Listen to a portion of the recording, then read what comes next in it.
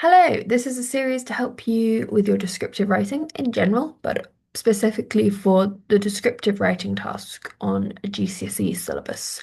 You'll find this kind of writing in AQA, Edexcel, and Cambridge, which are the syllabuses I teach as a tutor. I've been helping people with their English language GCSE for a couple of years now, and these are my thoughts on the descriptive writing task because it is one of the ones people find the hardest.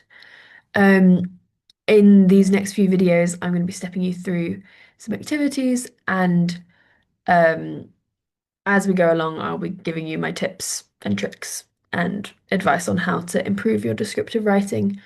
Um, that's sort of the structure. It's not going to be like, here's a whole lesson on nouns, here's a whole lesson on adjectives. No, it'll just be me stepping you through some activities, and um, yeah, hopefully you will find that helpful. So let me share my screen with you. Okay, so the first thing we're going to do is we're going to look at some boring sentences and work out how to make them more descriptive. I'd recommend this as a task or like a drill if you find this activity hard because it can be a bit overwhelming to practice, like write a whole descriptive piece. That's overwhelming if you find this hard. So just taking some generic sentences and trying to make them more descriptive is a good way to practice the skills involved so that you then can improve your writing in general. And for some people, this is a good tactic, even in the exam, is to write down like the facts of the matter in boring sentences and then go back and make them more poetic, more exaggerated, and more descriptive. Um, my probably biggest piece of advice with this is that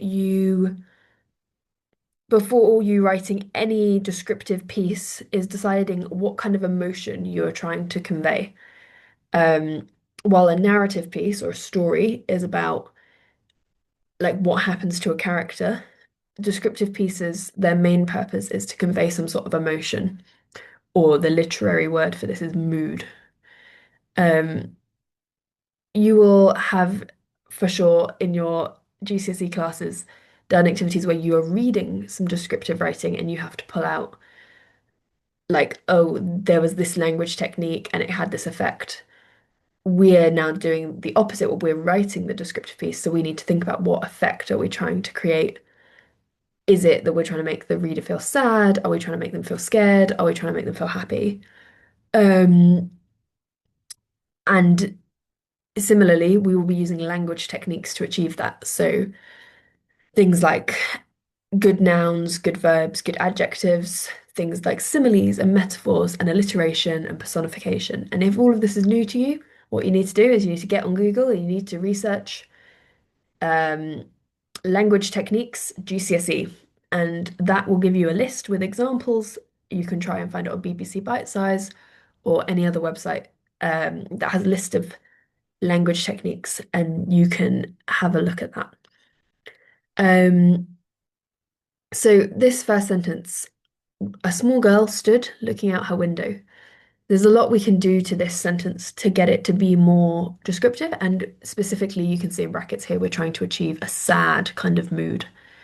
Um, So we're going to work through this one by one. So the first thing we can do is we can let's look at the first phrase, a small girl. So possibly we want to take the noun, the word girl, and we want to make it more interesting. Girl is quite factual, and so we could substitute it with something that has more emotion attached to it. Something like waif or a small orphan or um, a small um yeah, well, let's stick with those two. There's probably lots of more options, maybe you can think of them. The other thing we can do is we can change up the word small. Small again is quite factual. It's referring to the size of the girl. And those small things in general are more delicate and pitiable. We can exaggerate that effect by choosing a more intentional adjective. So maybe we could say a um we could say a pitiful waif of a girl, even. we can say so that's a more intentional adjective. We can have um, an adjective that describes what she's doing. So we could say a trembling girl. We can go back to girl. You don't, it's not that you have to vary every single word, that becomes overkill, but you want to pick enough words that contain emotion in order to help the reader understand what they're supposed to be thinking about. A small girl stood looking out of her window doesn't tell us anything about what's happening. The reader is then free to make up whatever scenario they want. We want to guide the reader into going, oh no, this is awful, or this is so sad. We're not going to say this is so sad, but we're going to help them get there on their own. So if you see a trembling girl, you're more likely to think that it's a sad situation than if you just say a small girl. If we see a pitiful waif of a girl, we already know that this is a sad situation. And if these kind of words are like, you're like, I just don't even use these kind of words, I don't know these kind of words, then you need to do another exercise where you take a word. Um, Let me show you actually. Um, so you should be able to see my screen here. We're going to go to something like wordhippo.com or any thesaurus, and you're going to do an activity where you take a normal word like, in this case, let's take child, and you're going to search for it, and then you're going to write down 3 or 4 words that mean the same thing, ideally some positive and some negative, and you're going to memorize them because what you do need for your English language GCSE is a good vocabulary. So as you can see, there's a whole lot of words here that all kind of mean child, youngster, infant, bairn, adolescent, babe, little one, ween, stripling, sprog. There's lots of words here and they all have different connotations. So this is the other key thing, is basically all words have connotations. Some are quite neutral words like girl. But if I say the word girl, you automatically have a picture in your head of what a girl is like. It may be accurate or inaccurate, but in general, people have quite similar ideas about what words mean. And so if I say the word whimpering to you, there's a picture in your head, and that picture is associated to lots of other things. It's associated to people who are young, people who are scared, people who have been hurt in some way. It's associated with injury, it's associated with um, bad things. If I say giggling, that's associated with, again, maybe young people, maybe girls, maybe whatever. You might have specific connotations of that word, but you'll also have some general connotations, and that pushes the mood or the emotion of the piece in different directions.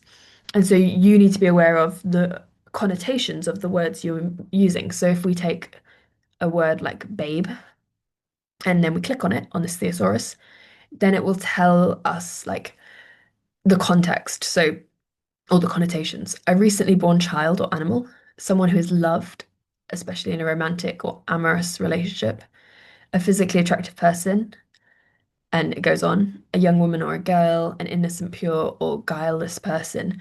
And so we can see that this word doesn't just mean child, it means somebody who's loved, someone who's beautiful, someone who's innocent.